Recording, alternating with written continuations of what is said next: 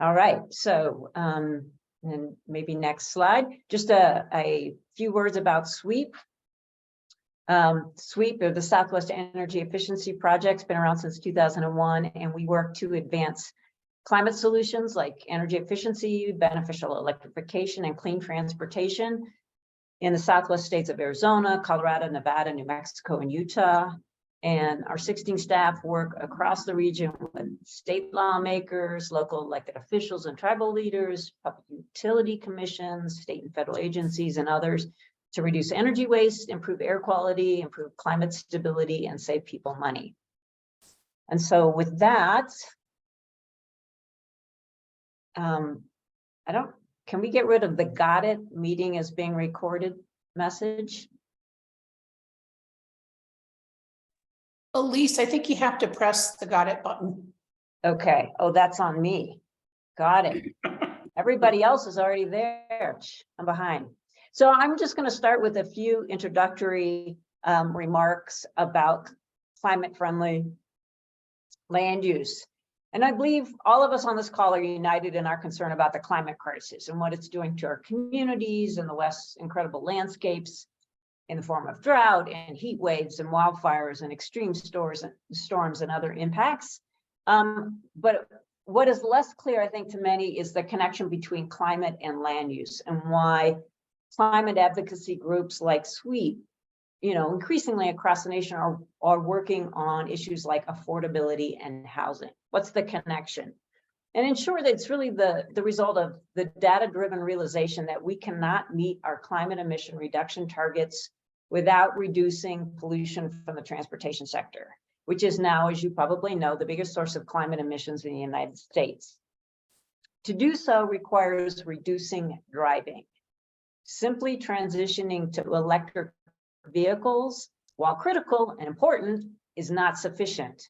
And we really can't meaningfully reduce driving, even by adding transit, unless we adopt climate-friendly land use practices, which we define as enabling more housing choices and compact development near transit and jobs in a way that increases affordability while reducing driving and pollution.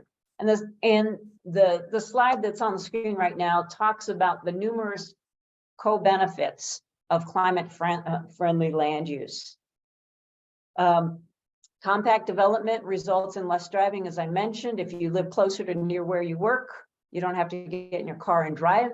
It makes our transit systems more viable and efficient. It fills up our buses and trains, and it makes biking and walking to our destinations more possible.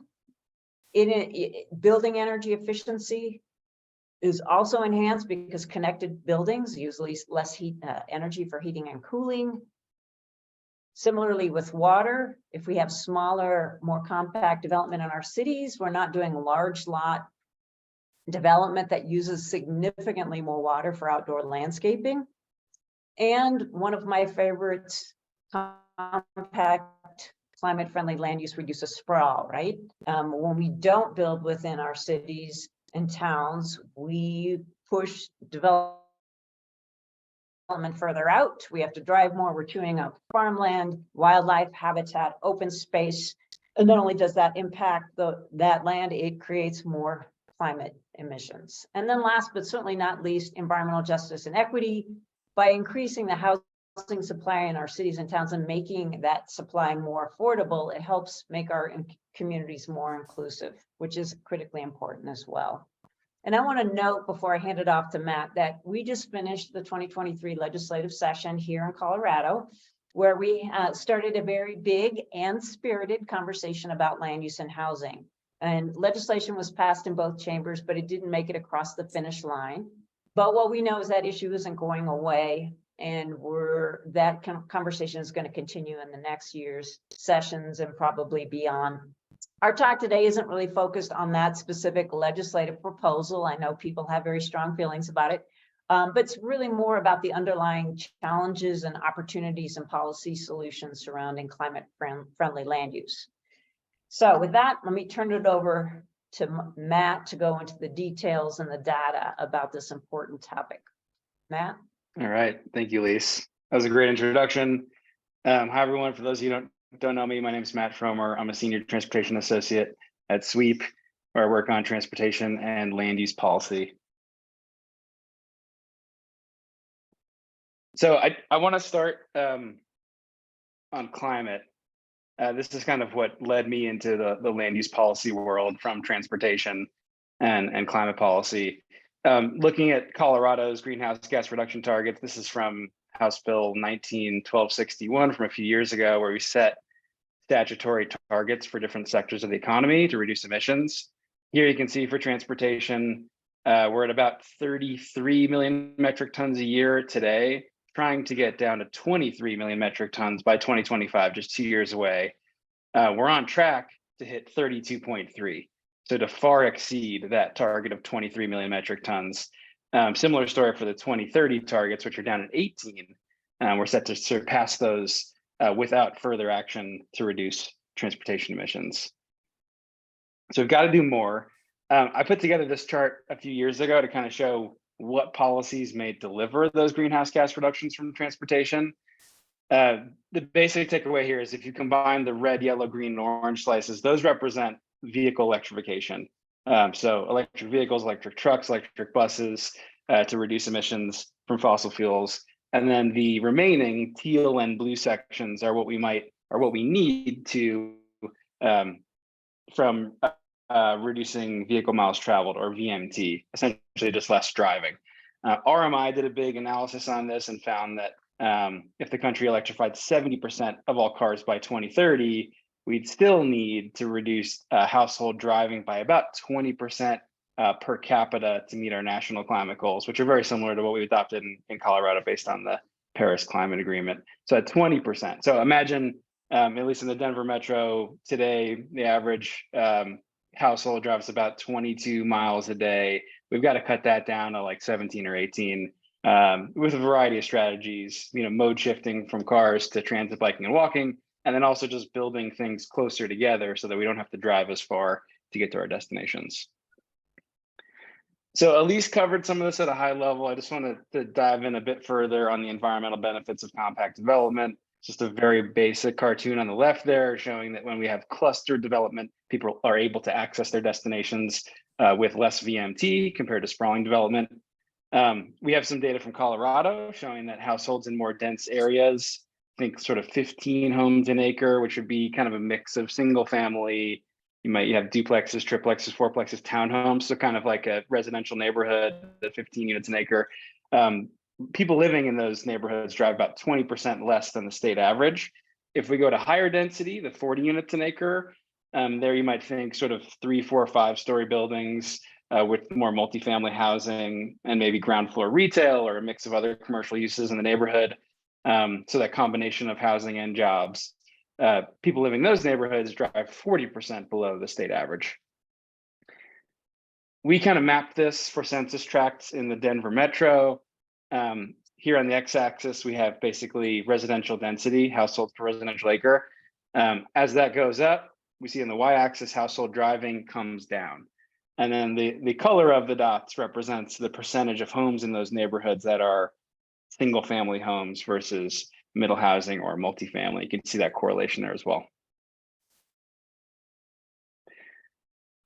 So in addition to the transportation emissions benefits, we've got the building sector, where household savings for energy savings from townhomes is 40% less than single family homes and 70% less for multifamily homes compared to single detached units. Sightline Institute out in Portland did a study where they looked at what would happen on a single block if basically you replaced single family homes with multiplexes, so duplexes, triplexes, or fourplexes instead of new large McMansions. If you did that with just 3 homes on the block, you could cut the carbon impact on that block by 20% per household. Getting into the water conservation element of this, so we also know that different housing types, multiplexes, ADUs, multifamily housing, use significantly less water. You can see in the graph on the right there, the savings potential from each of those housing types. Yet most of those are illegal on about 75% of residential lands in the Denver metro, and that's similar for other metros around the country. A lot of that is outdoor water use. And there's a study done in the Berkeley neighborhood, kind of northwest Denver, that found that if you legalized middle and multifamily housing, the potential reduction in outdoor water use is around 30%. We did an analysis too a few months ago to kind of look at with RMI to look at the total potential climate benefits of more efficient land use policies that promote compact development. And if you look sort of in the Denver metro at large, that includes Boulder, Dennis Centennial, and Parker, the potential it really is around 2 million metric tons over 10 years, which is about what we're expecting from Colorado's 1 million EV on the road by 2030 target. So those two policies, the smart land use and vehicle electrification over the next 10 years, if we started now, they would deliver about the same greenhouse gas reductions. Okay, Elise mentioned sprawl. So we talked about some of the transportation, building, water elements of this. I also just want to point to some of the data from the Denver metro region, where we have really failed to manage our growth. Colorado has a really interesting history I learned about recently. We were one of the first 4 states to adopt a growth management policy in the 70s, but then walked that back over time and never really took it seriously. As a result, basically the expected urban growth area of the Denver metro region has doubled in size from 1997 to 2023. It was 700 square miles then, and we're expecting about 1,300 square miles of development now. If you compare that to other metro areas like Portland, that's had a strong urban growth boundary policy in place, along with other housing policies to allow more density within that urban growth boundary, that area has expanded just 14% in the last 44 years. So far less sprawl because of growth management.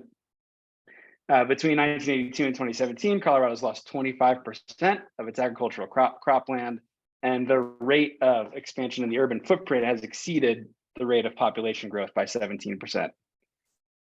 I also just wanted to include this for the local elected officials. A lot of you know that sprawl does not pay its own way, because basically when we have longer roads and water and sewer pipes across lower density residential neighborhoods, you're not able to recover those costs. The operations and maintenance costs increase over time, and we just can't keep up.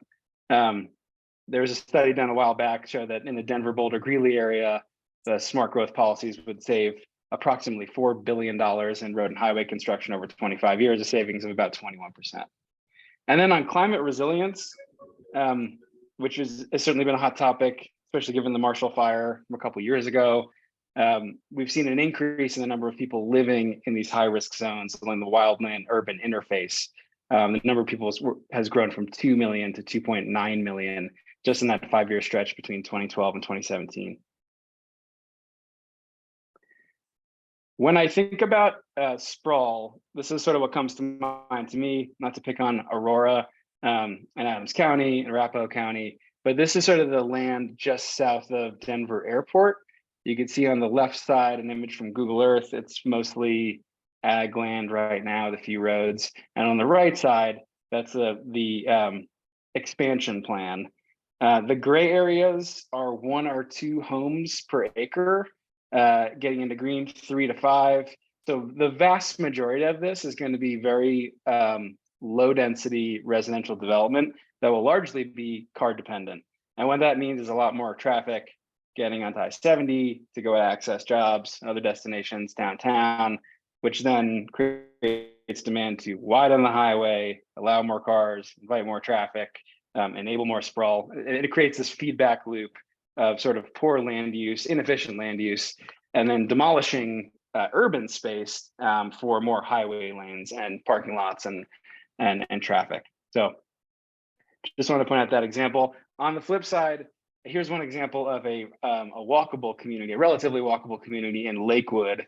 This is called Belmar. This used to be an old shopping mall, and then it was redeveloped to be a walkable community, 4 to 5 story buildings, a mix of uses.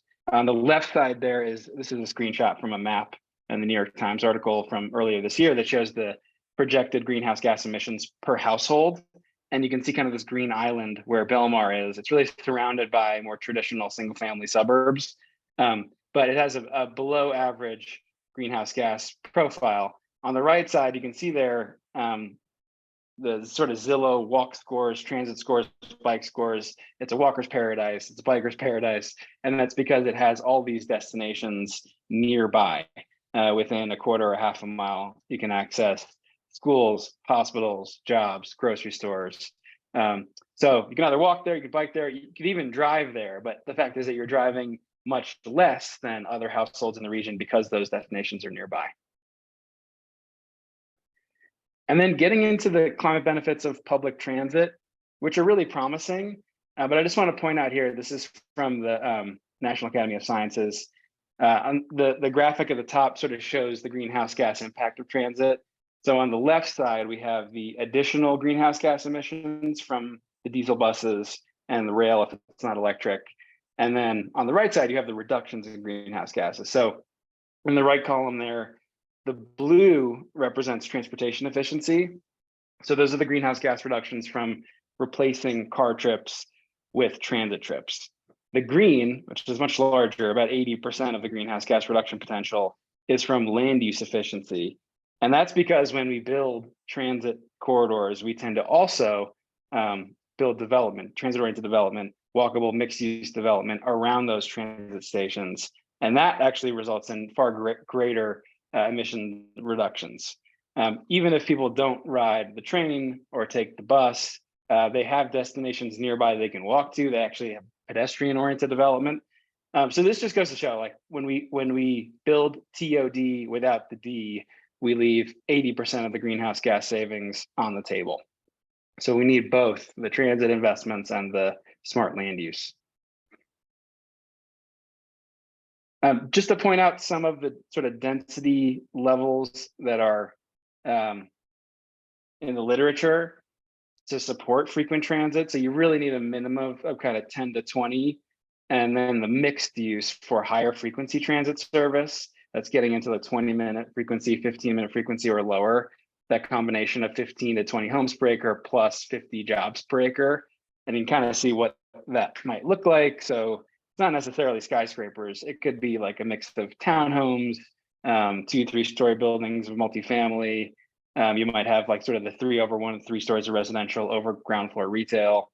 And then a really sharp increase in transit ridership when we exceed the 30 homes per acre within a half mile of transit stations.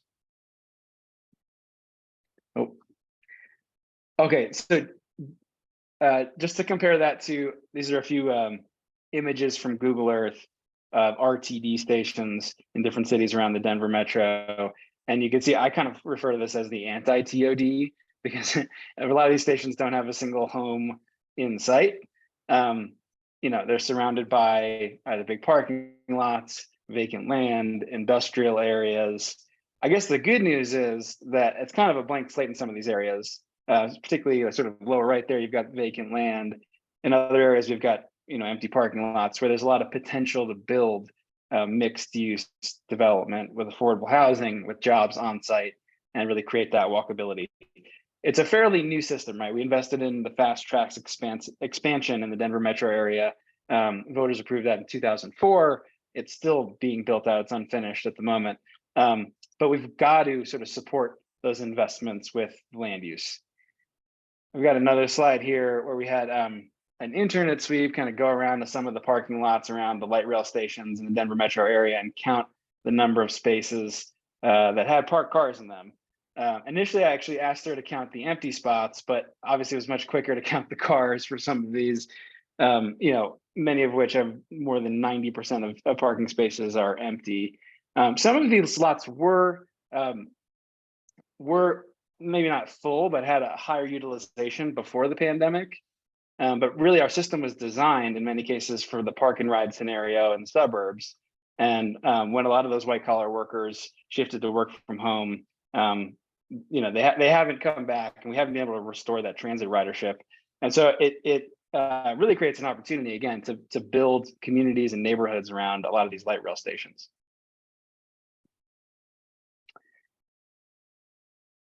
Okay, here's an image from UC Berkeley. They looked at the sort of greenhouse gas reduction potential of different policies at the local level and found that urban infill, allowing more housing within the urban area, near jobs, near transit, is the #1 thing that cities can do to reduce emissions. This graph is from, I think, the city of Sacramento. Very similar story for other cities around California, and I'd imagine also for Colorado. And #3, you can see VMT reduction, which is of course closely linked to urban infill. Okay, so I now want to shift from the climate environmental benefits onto sort of the housing crisis. And we really see these two crises kind of converging at the moment, where the last couple of years in Colorado, housing prices increased 20 to 30%, in some communities as much as 57%. The strain has really put housing center stage, as we saw the legislature this year, a problem that's not going away anytime soon. This graphic is really what sort of helped it click for me, where it shows sort of the annual housing production of new units over time compared to population growth. So you can see actual new units of housing in the yellow there, where it was kind of keeping up with new residents at times, kind of in the early 2000s, and then steep drop off. You see the real gap there from 2007 to 2020, where the population growth far exceeded production of new units and created a scarcity, which then has been driving up costs ever since. Had housing growth rates kept pace with population growth in those years, we would have another 43,000 homes in our state that we don't have today. So we need to make up that deficit, and then of course continue to keep pace with demand into the future in order to stabilize the housing market. Here's just kind of a look at basically vacancy rates versus rent. So basic supply and demand here. This is, I think, from Minneapolis on the left side here, where you see when more homes are vacant, it becomes more of a buyer's market. Buyers have more power than the sellers, or renters have more power than landlords. And you can see when vacancy increases, sort of past 5.5% up to 7.5%, rents start to cool off and even come down. On the right there is from the second quarter of 2021 in the Denver Metro. You can see vacancy rates really dipped, like I think 5 to 7% is sort of the healthy range. It dipped to 3.7%, and we see what happened with rents and cost per square foot below. They all went up significantly just in one quarter. This is from a study that Pew put together actually for the Colorado legislature this year, where they looked at, and they compared cities that have kind of deregulated on zoning at the local level. So New Rochelle, New York, Portland, Oregon, Tysons, Virginia, and Minneapolis, Minnesota. And kind of looked at the impact on rent in those communities compared to Colorado communities where we've really restricted housing production. And you can see, Castle Rock from 2017 to 2023, median rent estimates in Castle Rock increased 53%. Colorado Springs, Loveland, not far behind, kind of in the $400 to $500 range just in 6 years. Whereas cities that allowed for more housing production by increasing their zoning capacity citywide saw a much lower increase in rent. I also want to acknowledge here that the housing crisis does not hit us all equally. It really affects low income and middle income households the most, those who cannot afford to compete in the housing market. On the right there, we have the sort of housing cost burden at different income levels. That's defined, affordable housing is defined as spending less than 30% of your income on housing. When you spend more than that, it starts to put pressure on other household needs like food, medical expenses, transportation, and particularly low-income households have to choose whether to pay their utility bills or their medical bills or the rent. So we're trying to, the dream is to provide affordable housing at all levels of income, including extremely low income, very low income, and those really require subsidies from both the public sector and the private sector. To unpack that further, so we've got one issue and two related problems. On the supply side of this, which really affects more like moderate income households, we are really restricting housing production and the variety of housing types we can produce. We know that sort of the duplex, triplex, fourplex range tends to be more affordable, 20 to 40% more affordable compared to single detached homes. And yet they're illegal in most of our cities. They only account for 1% of new housing stock per year in our state. And so by allowing them, we can offer more affordable housing types into the market, particularly for that moderate income household threshold.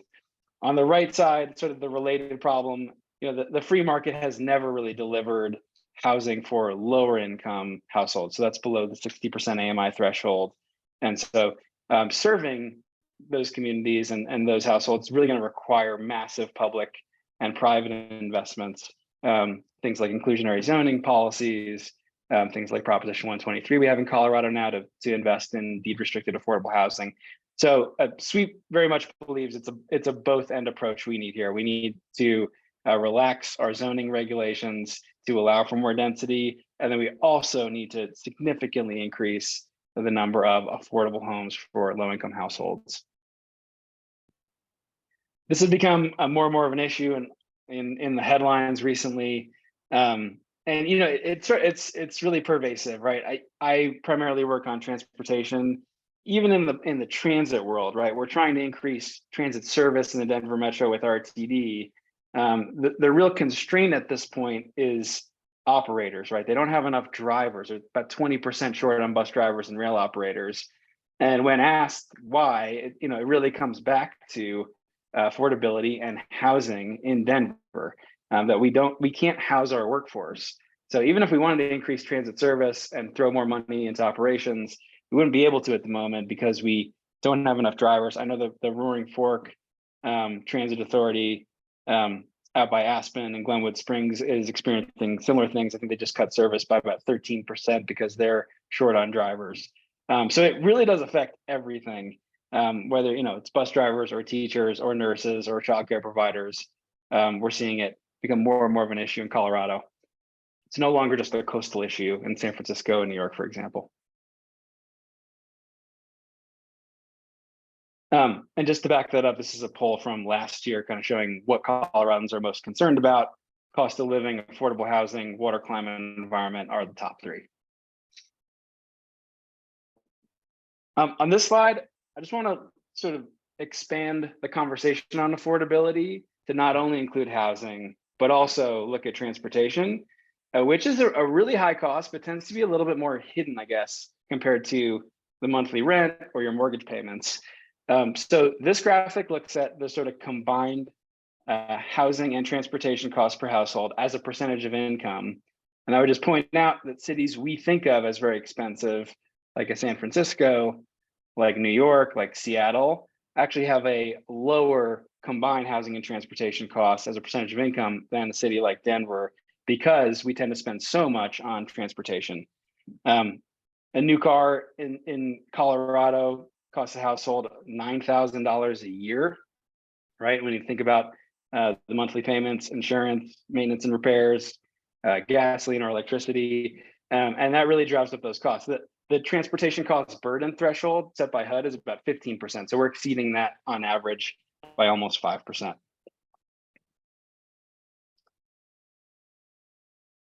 Next year, this is a few graphics from Dr. Cog.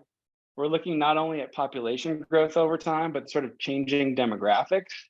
And this is really interesting. So if you look back to 1970, the ratio of households with kids to households without kids was about 1-to-1. By 2050, we're expecting that ratio to grow from to 3-to-1. So 3 households without kids for every one that has kids. So that will decrease the household size. In addition, we've got an aging population. About half of the new households we're expecting by 2030 will be for households with older adults, people age 65 and older, which also tend to be smaller households. And yet we have this huge existing stock of single family homes with 3 to 5 bedrooms. So there's a sort of a mismatch between the household size in terms of number of people and the home size in terms of number of bedrooms. What that says to me is that we need to diversify our housing stock and legalize smaller, more efficient attached housing types. They could be single family, but we don't need as many 5-bedroom homes as we might have in 1970 or past decades. Okay, and this slide, I just want to sort of talk about the housing crisis and how sort of it's been treated in Colorado. We've seen a ton of action nationwide from other states in response to the housing crisis. Here's just a quick list of over a dozen states that have done things like legalize ADUs, legalize middle housing statewide, requiring transit-oriented development, housing needs plans. I mean, there's a slew of policies just passed this year and still under consideration from these states and others. We really believe that Colorado as a state has a duty to lead on this, that housing is a regional issue. It cannot be solved just at the local level because these issues do cross municipal boundaries. And if one community decides, not to address its community housing needs and provide affordable housing, it affects their neighbors' ability to preserve lower housing costs in their community. And then just one thing we've observed from other states is that the political dynamics of housing are far more challenging and acute at the local level. And so that's why states are pursuing state legislation to take some of the political pressure off of local officials in many cases. And so we look at bills like 213 or other bills in other states, we've seen states really start to set statewide zoning standards and then allow local flexibility within that to kind of achieve a different type of balance so that it's not just local governments that are responsible for solving the housing crisis and the climate crisis on their own. Just to highlight some of the policies, some of these were in Senate Bill 213, some not. So this is sort of the list to solve both the housing and the climate crisis at once, to locate that housing in transportation efficient communities. Number one is to update zoning to enable more compact mixed use development with affordable housing and do that particularly near transit and jobs. The second one, allow middle housing. So that's sort of the 2 to 6 units per lot in single family zones. And we've seen other states allow lot splits. So if you have say a lot over 5,000 square feet, 7,000 square feet, allowing homeowners to split the lot. I mean, it's a huge potential win for them in terms of selling that other lot, especially in low income neighborhoods, selling that lot and then allowing it to be developed. And then third, here we have allowing accessory dwelling units or ADUs, also known as granny flats, backyard cottages, by right in single family zones. We know there's tremendous pent up demand for this. When states like California legalized ADUs, they quickly surpassed single family homes as the most popular type of new housing unit. California is currently permitting about 20,000 new ADUs a year statewide, but it took a few bills to make it easier and less expensive to build ADUs. Fourth on the list, one of my favorites is to lower or eliminate parking requirements or institute parking maximums instead of parking minimums. We've seen sort of this concept piloted in different cities in Colorado. Denver, lower downtown doesn't have minimum parking requirements. I know the city of Longmont actually just instituted a parking maximum in certain areas of the city where a developer, if they want to go above that parking maximum, they have to apply for a special permit. But the basic idea is that we're basically mandating car dependence with minimum parking requirements. It drives up housing costs. It sort of limits potential land we can build housing on because we have to put car storage there. And also sort of spaces out buildings and prevents our ability to build more walkable neighborhoods. Think about some of our favorite places in Colorado, the main streets around the Denver Metro or in Boulder, Colorado Springs. A lot of them were built before minimum parking requirements and could not be built today because sort of 2 of every 3 storefronts would probably be a parking lot instead of retail or housing. Fifth on the list is to streamline the permitting and approval process for affordable housing and compact development to provide greater certainty, reduce costs. Next on the list, we have instituting transportation demand management, or TDM, ordinances. Really like this one.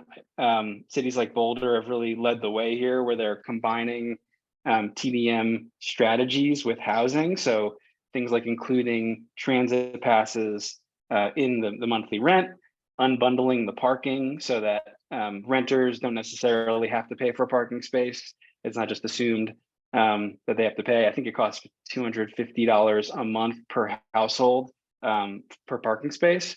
So that's a significant cost there. And this gives renters basically the option to opt out of paying for that parking space.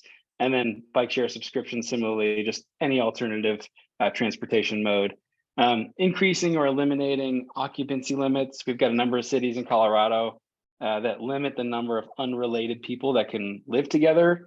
And then lastly on the list, aligning state and regional planning and funding with smart growth. So this would have been a big part of actually Senate Bill 213, is requiring state agencies to realign their funding programs with smart growth, so that we're spending state resources on projects that we know reduce emissions and provide greater affordability, rather than enabling things like sprawl. Okay, with this last slide in our presentation, I'm going to kick it back over to Elise, and she's going to talk about some of the policymaking process and how to get started. Thanks so much, Matt. I always love hearing you talk about the details on this, really informative. Gwen asked me to talk about sort of tips for how would you go about getting started to try to add in climate-friendly land use in your communities. So just a couple of basic bullets to tick through. One is in all of our communities, or most of them anyway, you do a comprehensive or master plan. Cities and counties do, as a long-range guiding document for your community. You can use that as a hook to start the process and conversation in your community. That those plans provide policy frameworks for the zoning, annexation, subdivision regs, but also the community's vision and goals, right? So you can start, if you don't already have climate resilience or mitigation in your comp plans, think about adding it in. Think about having affordable housing goals.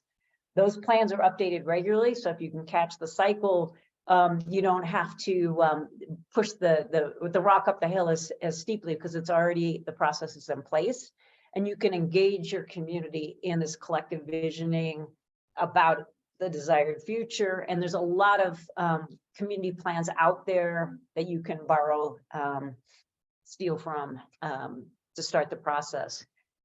Two is have a real authentic community conversation and invite a diversity of voices to tell their stories, not just the people that show up here every time at your council and commission meetings to grouse about something, but to try to tap into folks that maybe can't afford to live in your community, but may work there, or they don't have time to come to hearings.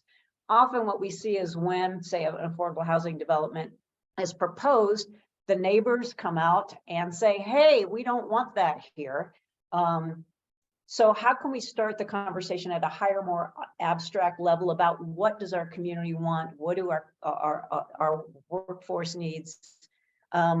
So thinking about creative ways of hearing from these people, and could be tabling at community festivals, at transit stops, doing employer surveys, holding communities where you provide daycare and dinner so people can actually show up, and think about who are the voices that maybe you're not hearing from in the community, like firefighters or teachers, or the folks that work in the coffee shops, or students. And also about people that do live, here's some testimonials from people that do live in compact neighborhoods in your communities who actually like that, because we often don't hear those stories. 3 is collecting data and making sure you know the numbers for your community. I mean, how many homeless people do you have? What are your in-commuters? How many renters? What are the housing and rental costs? What are the average commute times?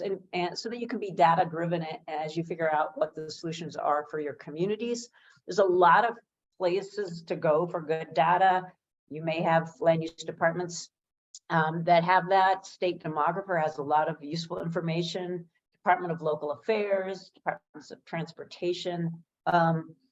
We really can't improve what we don't measure. So it's important to have the facts.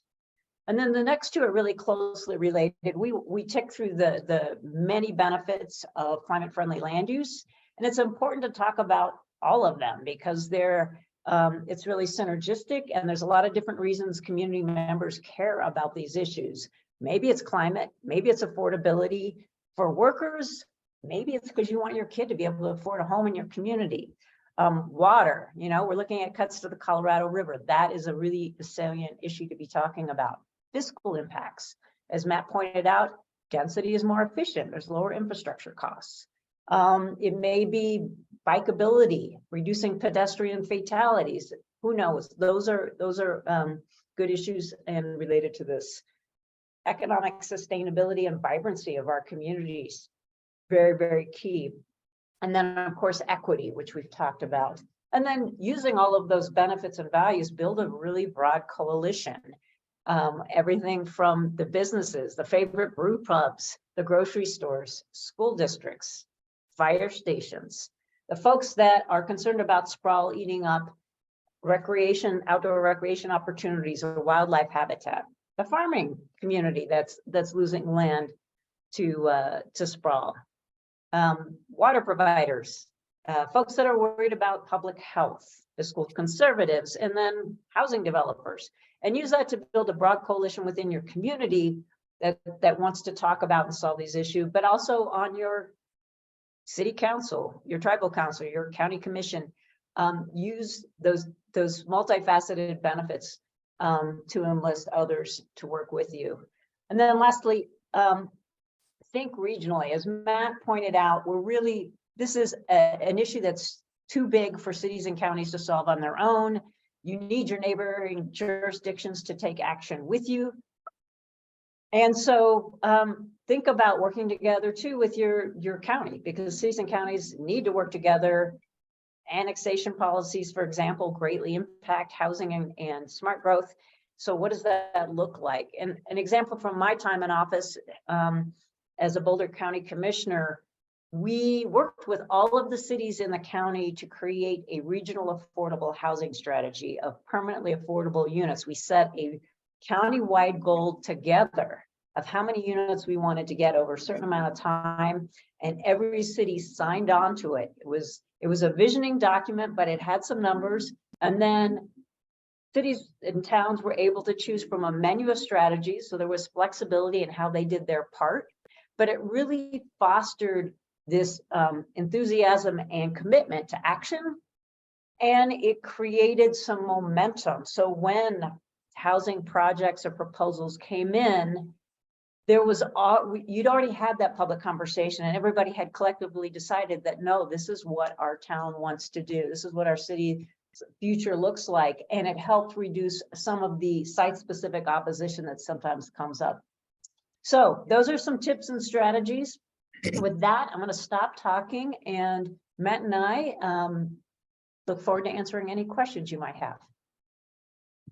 Thank you, Elise, and thank you, Matt. Those were excellent presentations and really appreciate it. We do have one question in the chat so far, and folks, you can enter your questions in the chat or simply at the bottom of the screen under reactions, you can raise your hand if you have a question to ask. But the first question in the chat is, can you share, whoops, I just lost it. Can you share any thoughts about how you all are approaching the summer in terms of how to reframe and pick up discussions around the Senate Bill 213 for next year? Well, I'll start and then Matt can kick in. Well, as I said, it was a big conversation that was started in Colorado around these issues, very spirited. But what was clear is there are a lot of folks that are interested in working on this issue. So we don't want to lose any momentum amongst the folks that are saying, hey, not sure if I'd like that particular proposal, but I want to work on the issue, to people who did like the legislation. So I think there'll be an effort to maintain the coalition of interests that have been working on this topic together. add other voices to that coalition, but also to reach out to local communities that are interested in working on affordability and climate-friendly land use, and get more granular about the solutions that they think will work. And Matt, what would you like to add to that? Yeah, I mean, I think I'm very much still in recovery mode, but we're getting there to think about the planning for next session. I would just reiterate, right, that like there is tremendous interest at the state level in this policy area. It's not that nothing passed, it's that two very different versions of the bill passed and weren't able to be reconciled in the last day of session. So I think that, you know, there's some yeah, thank you, Matt. I think there's you know, definitely some common ground, some lower hanging fruit perhaps that we might look at. I think housing needs planning, or actually quantifying housing needs at different income levels in each community, and we have a collaborative process between state, regional, and local governments. That was a really popular concept among affordable housing advocates, among some local governments, and certainly state legislators. I think there was also a lot of interest in transit-oriented development and making sure our huge $1 billion investment, $6 billion investment in transit is cost effective, and that we're backing it up with smart land use.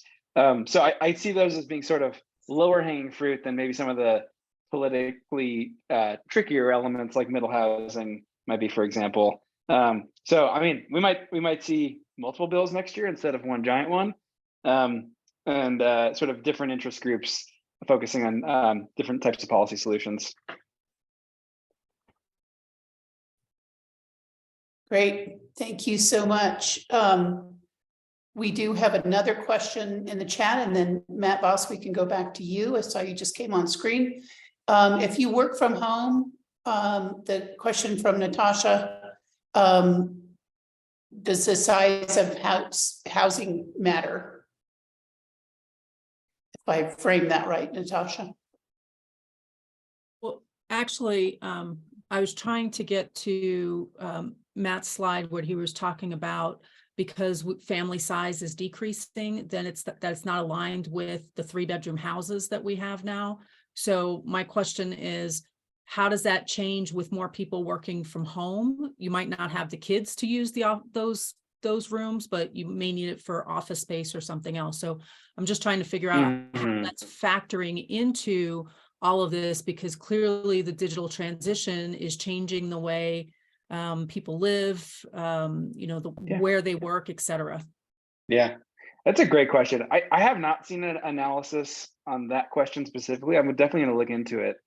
I would say, you know, part of that slide on demographics was just pointing out that our population is aging. And so you have a lot of people, a lot of retirees, frankly, who are living in smaller households that probably won't need that extra office. But it's a really good point, right? That like, you know, some of those bedrooms might be home offices, are home offices today. A lot of us are sharing. I know too that like sort of work from home has lasting impacts in just land use and planning in general. You know, in past decades, we had sort of the downtown financial core, certainly in Denver, of office buildings, and then residential areas around. If people are working from home now, there's opportunity to build more mixed use neighborhoods away from the downtown, and to sort of revitalize all of those main streets around the sort of perimeter of the sort of urban core. And then with that too, there's a lot of focus on maybe thinking about converting some of those office buildings to residential, given that occupancy rates are dipping and sort of aren't going to come back in all cases. So looking at how do you maybe this isn't going to work for every office building, particularly the ones built in the 80s with like super deep floor plans. But some of them are good candidates for renovating back to residential in certain cases and making that more mixed use. Thanks, Matt. Elise, did you want to respond to that? And I know we have a hard stop for you at noon. I think Matt covered it really well, and I think it points to the fact that this is a somewhat dynamic situation as we figure out what land use and transportation look like in a post-COVID world. Yeah, thanks. And Matt Voss, a follow-up question. Yeah, and this is slightly unrelated, but we had a constituent approach us the other day, suggesting ideas for, maybe this is just an email that I should just have with you, Matt, and maybe Elise as well if you want, just about how to encourage incentives for the high gasoline users, particularly in rural areas, and how you can have more targeted like EV incentives for them. Have you guys had any policy like research into that area or discussions with other states at all? Well, I don't know that they're targeted just to rural areas, but the state of Colorado, as you know, just passed incredibly generous EV tax credits for everyone. $5,000 per vehicle tax credit with an additional $2,500 if it's a lower cost model. That will help everyone adjust to the lag that will happen with the federal tax cuts as car manufacturers here work to meet the domestic manufacturing requirements and the federal tax credits. So they're available to everyone, but certainly will benefit folks in rural areas that might be maybe traveling further in order to at least electrify their transportation. Mhm. Yeah, one other thing I'd add there is that in the Inflation Reduction Act, states had to submit an EV infrastructure plan to the federal government with the location of the fast chargers they plan to build.